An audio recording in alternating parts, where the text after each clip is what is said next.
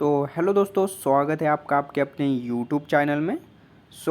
दोस्तों, इस वीडियो में हम लोग बात करेंगे कि जो भी फ्रेशर्स लोग हैं जो मेडिकल कोडिंग में आना चाहते हैं, खास करके एससीसी कोडिंग में जो भी लोग आना चाहते हैं दोस्तों, उन लोगों के लिए क्या इम्पोर्टेंट क्वेश्चंस रह सकते हैं, क्या कुछ उनके लिए इम्पोर्टेंट चीज़ें रह सकती, वो इस वीडियो में हम लोग डिटेल से बात करेंगे।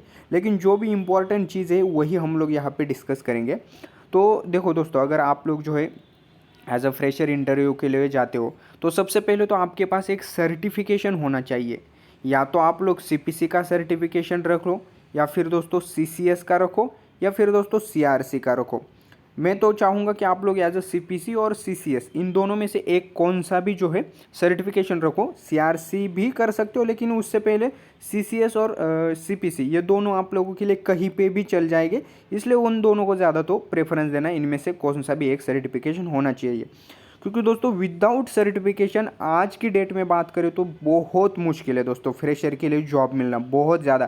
क्योंकि जो क्लाइंट होते हैं दोस्तों हम लोगों के, बात करें यूएस जो क्लाइंट होते हैं, उनका दोस्तों वो मैंडेटरी रहता है कि सर्टिफिकेशन होना चाहिए, इसलिए वो दोस्तों हम लोगों को सर्टिफिकेशन करना ज़रूरी है। अगर विदाउट सर्टिफिकेशन की बात करें तो पहले 2-3 साल पहले बहुत सारे वैकेंसीज रहती थी दोस्तों। आप लोग कई लोगों को पता होगा, ईपीसोर्स नाम से एक कंपनी थी दोस्तों, जो कि अब जो है ऑप्टम ने टेक ओवर की है। लेकिन तो जो ईपीसोर्स कंपनी रहती थी वो विदाउट सर्टिफिकेशन भी फ्रेशर्स को एज अ बहुत दोस्तों चांस देती थी। लेकिन आज की डेट में दोस्तों सर्टिफिकेशन होना काफ़ी ज़रूरी है। उसी के साथ दोस्तों जो इम्पोर्टेंट क्वेश्चंस रहते हैं इंटरव्यू में, सबसे पहले तो आपको सर्टिफिकेशन होना ज़रूरी है, आपका इंट्रोडक्शन वगैरह आपको बताना है।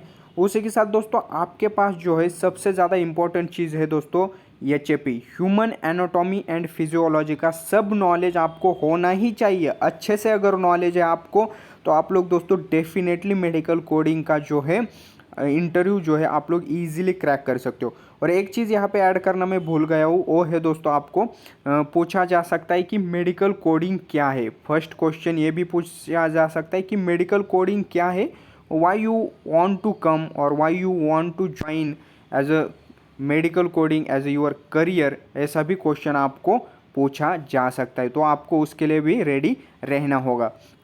उसी के साथ दोस्तों हो सकता है वो आप लोगों को पूछ सकते हैं कि एससीसी कोडिंग भी क्या है, ये भी क्वेश्चन हो सकता है। उसकी पॉसिबिलिटी कम है, maximum what is medical coding, ये क्वेश्चन दोस्तों आपको डेफिनेटली पूछा जा सकता है। अब एचएपी की बात कर रहे थे तो आप लोगों को दोस्तों जो भी हमारे बॉडी सिस्टम है, जो भी उसका आपको नॉलेज होना ही चाहिए। तो फर्स्ट क्वेश्चन आपको वो भी हो सकता है कि जैसे कि explain any one body system, या फिर दोस्तों 2 से 3 बॉडी सिस्टम एक्सप्लेन करो, ये भी हो सकता है। या फिर दोस्तों जो इंटरव्यूअर है वो डायरेक्ट आपको पूछेगा कि explain cardiovascular system, explain digestive system, ऐसा कुछ भी हो सकता है। तो आप लोगों को वो भी प्रिपरेशन करना है।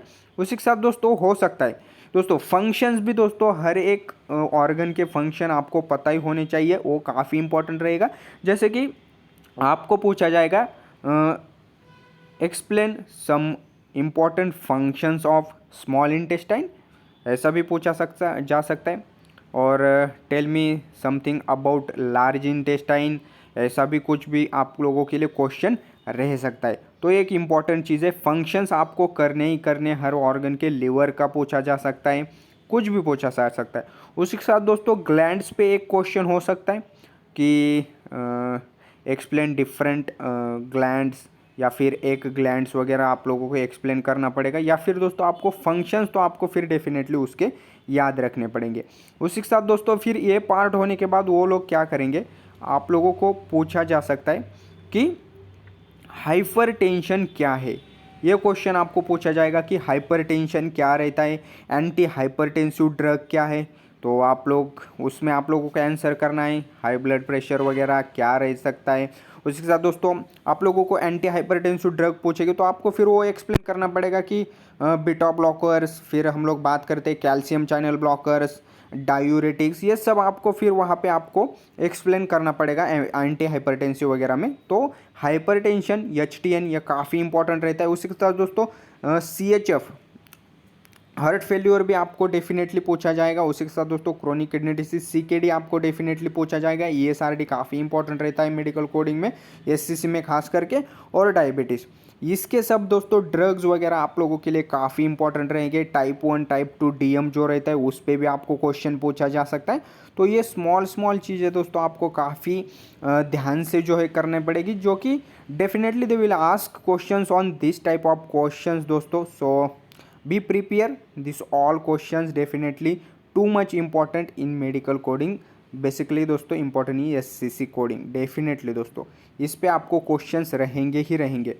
फिर दोस्तों आप लोगों के लिए स्मॉल क्वेश्चंस रहेंगे कि जो हमारे, और दोस्तों क्वेश्चंस हमारे जो स्मॉल क्वेश्चंस की बात करें थे, जैसे कि सबसे बड़ी हड्डी कौन सी है भाई, स्मॉल जो रहता है स्मॉलेस्ट ऑर्गन वगैरह, वो सभी चीज़ें दोस्तों, स्मॉल टर्मिनोलॉजी जो है काफ़ी इंपॉर्टेंट रहेगी दोस्तों एज अ फ्रेशर आप लोगों के लिए, टर्मिनोलॉजी।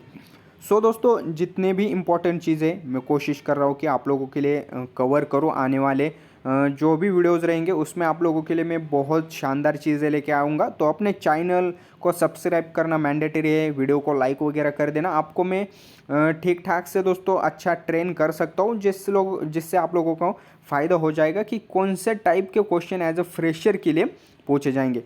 तो ये चीज़ें हैं कुछ दोस्तों जो कि काफ़ी इंपॉर्टेंट रहती है एज अ फ्रेशर आप लोग जा रहे हो तो बाकी जो भी और जो एडिशनल चीज़ें होगी वो आने वाली वीडियो में मैं डेफिनेटली आप लोगों के लिए लेके आऊँगा। तब तक के लिए वीडियो को लाइक, चैनल को सब्सक्राइब वगैरह कर देना। बाकी मिलते हैं अगली वीडियो में, तब तक के लिए धन्यवाद, थैंक यू।